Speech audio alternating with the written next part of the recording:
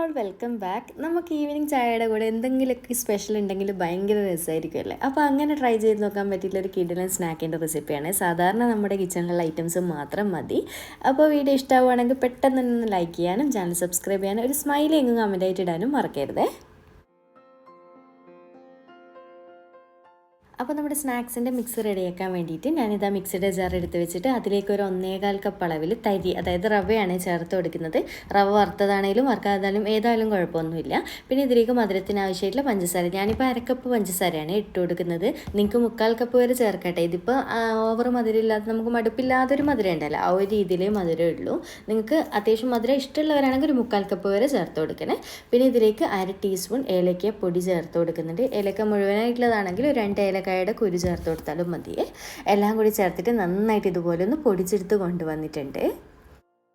ഇനിയിപ്പോൾ ഈ ഒരു മിക്സിലേക്ക് ഞാനിത് 2 മുട്ടയാണ് പൊട്ടിച്ചൊഴിച്ച് കൊടുക്കുന്നത്. പിന്നെ 1 കപ്പ് അളവിൽ പാലും കൂടി ചേർക്കുന്നുണ്ട്. അപ്പോൾ നമ്മൾ റവ അളന്നിട്ടുള്ള ഏത് കപ്പിലോ ഗ്ലാസ്സിലോ ഏതിലാണോ അതിൽ തന്നെ അളക്കാൻ നോക്കണേ.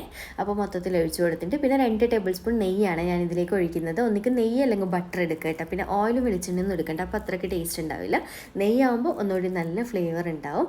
ഇനിയിപ്പോൾ ഒന്നുകൂടി നന്നായിട്ടൊന്ന് മിക്സ് ആവാൻ വേണ്ടി അടിച്ചെടുക്കുക. ഒരുപാട് സമയമൊന്നും വേണ്ട കേട്ടോ, ഒന്ന് മിക്സാക്കി കിട്ടിയാൽ മാത്രം മതി. അപ്പോൾ ഇതുപോലെ അടിച്ചെടുത്തതിന് ശേഷം ഞാൻ ഇതൊരു ബൗളിലേക്ക് ഈ ഒരു മിക്സ് ഒഴിച്ച് കൊടുക്കുന്നുണ്ട് മൊത്തത്തിലായിട്ട്. എന്നിട്ട് ഇതുപോലെ അടച്ച് വെച്ച് കൊടുക്കുക. നമുക്കിനി ഒരു 15 മിനിറ്റ് ഒന്ന് റെസ്റ്റ് ചെയ്യാൻ വേണ്ടി വെക്കണേ. അങ്ങനെ ഇത് ഏകദേശം ഒരു 15 മിനിറ്റ് ആയതിനു ശേഷം നമുക്കിതിലേക്ക് കുറച്ച് ഉപ്പ്, അതായത് 1/4 ടീസ്പൂണിൻ്റെ പകുതിയൊക്കെ മാത്രം മതി കേട്ടോ, ഒന്ന് ബാലൻസ് ചെയ്യാൻ വേണ്ടിയിട്ട്. പിന്നെ ഒരു 1/4 ടീസ്പൂൺ ബേക്കിംഗ് സോഡയാണ് ചേർത്ത് കൊടുക്കുന്നത്. ഇതും കൂടി ചേർക്കുമ്പോൾ നല്ല സോഫ്റ്റായി നല്ല സ്പോഞ്ചി ആയിട്ടുള്ള അപ്പമായിട്ട് കിട്ടും കേട്ടോ. അപ്പോൾ ഇതുപോലെ ചേർത്തിട്ട് നന്നായിട്ടൊന്നങ്ങ് മിക്സാക്കി കൊടുക്കുന്നുണ്ട്. അപ്പോൾ ഇത്രയായതിനു ശേഷം നമ്മുടെ ബാറ്റർ റെഡി ആയിട്ടുണ്ട്. ഇനിയിപ്പോൾ കാര്യമായിട്ട് പരിപാടിയൊന്നുമില്ല, നമ്മുടെ ഇതുപോലെ ഒരു പോള ചുടുന്ന പാൻ എന്തെങ്കിലും നോൺ സ്റ്റിക്കിൻ്റെ വെച്ച് കൊടുക്കുക കേട്ടോ. അപ്പോൾ നല്ല അടിപൊളിയായിട്ട് കിട്ടിക്കോളും. അപ്പോൾ ഞാൻ ഇതിൽ കുറച്ച് നെയ്യിൽ അണ്ടിപ്പരിപ്പൊന്ന് വറുത്ത് വെച്ചിട്ടുണ്ട്. അത് നിർബന്ധമൊന്നുമില്ല കേട്ടോ, വേണ്ടിക്ക് മാത്രം. അത് പിന്നെ എല്ലാവർക്കും അറിയുന്നതുകൊണ്ടാണ് ഞാൻ കാണിക്കാതിരുന്നത്.